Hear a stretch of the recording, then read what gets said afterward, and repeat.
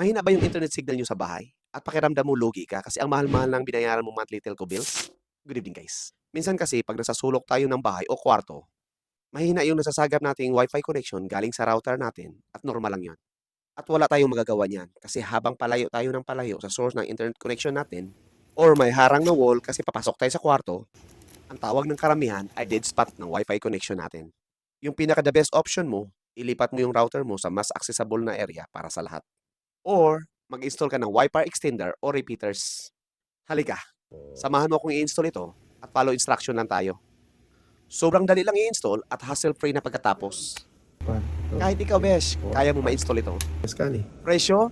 Huwag kang mag-alala. Sobrang mura lang Iba po ito yun. at budget-friendly pa. Kasi At baka magustuhan mo. Lagay ko na lang sa baba yung link, Besh, okay? Bye-bye!